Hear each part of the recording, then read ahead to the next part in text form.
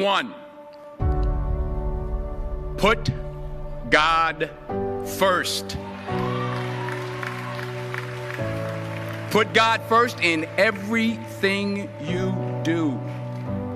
Everything that you think you see in me, everything that I've accomplished, everything that you think I have, and I have a few things, everything that I have is by the grace of God. Understand that. It's a gift. 40 years ago, March 27th, 1975, it was 40 years ago, just this past March, I was flunking out of college. I had a 1.7 grade point average. I hope none of you can relate. I had a 1.7 grade point average. I was sitting in my mother's beauty shop. They still call it beauty shops now? What they call it now? Yeah, I was sitting in the beauty parlor. I was sitting in my mother's beauty parlor, and I'm looking in the mirror, and I see behind me this woman under the dryer. And every time she looked up, every time I looked up, she was looking at me, just looking me in the eye. And I didn't know who she was, and I said, she said, somebody give me a pen, give me a pencil, I have a prophecy.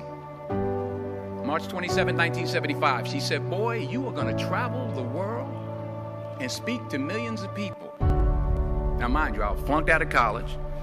I'm thinking about joining the army. I didn't know what I was going to do, and she's telling me I'm going to travel the world and speak to millions of people. Well, I have traveled the world, and I have spoke to millions of people. But that's not the most important thing, the success that I had. The most important thing is that what she taught me and what she told me that day has stayed with me since. I've been protected. I've been directed. I've been corrected. I've kept God in my life, and it's kept me humble. I didn't always stick with him, but he always stuck with me. So stick with him in everything you do. If you think you want to do what you think I've done, then do what I've done and stick with God. Number 2, fail big. That's right. Fail big. Today's the beginning of the rest of your life, and it can be very frightening. It's a new world out there. It's a mean world out there, and you only live once. So do what you feel passionate about. Take chances professionally. Don't be afraid to fail. There's an old IQ test, was 9 dots, and you had to draw 5 lines with a pencil within these 9 dots without lifting the pencil. The only way to do it was to go outside the box. So don't be afraid to go outside the box. Don't be afraid to think outside the box. Don't be afraid to fail big, to dream big. But remember, dreams without goals are just dreams, and they ultimately fuel disappointment. So have dreams, but have goals. Life goals, yearly goals, monthly goals, daily goals. I try to give myself a goal every day. Sometimes it's just to not curse somebody out. Simple goals, but have goals. And understand that to achieve these goals, you must apply discipline and consistency. In order to achieve your goals, you must apply discipline, which you have already done, and consistency every day, not just on Tuesday and miss a few days. You have to work at it every day. You have to plan every day. You've heard the saying, we don't plan to fail, we fail to plan. Hard work works. Working really hard is what successful people do.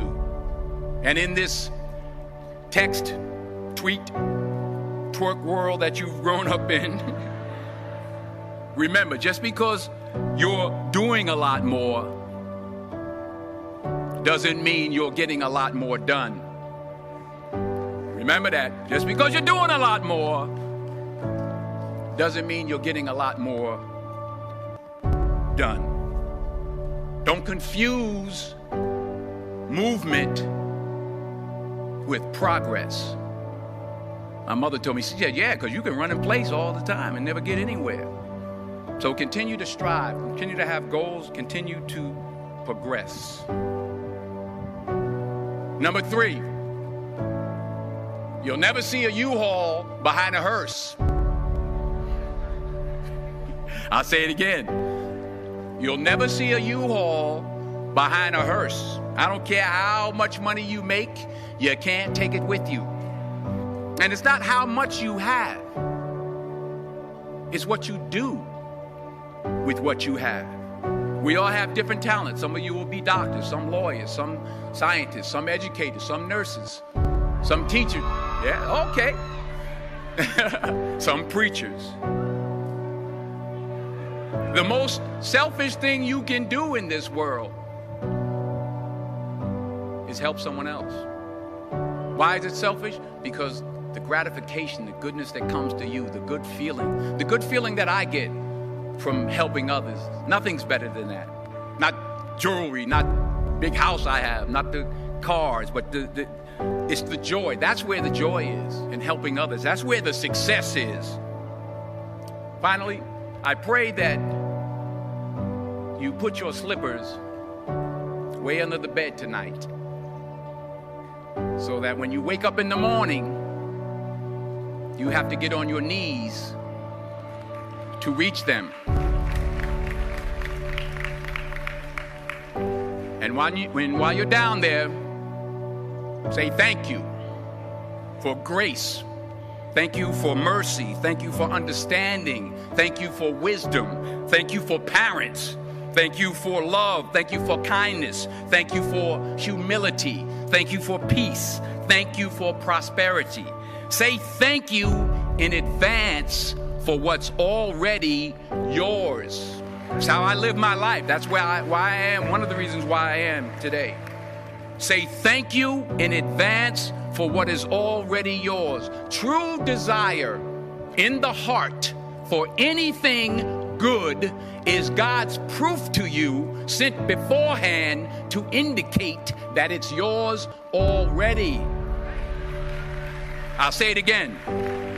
True desire in the heart, that itch that you have, whatever it is you want to do, that thing that you want to do to help others and to grow and to make money, that desire, that itch, that's God's proof to you, sent beforehand already to indicate that it's yours.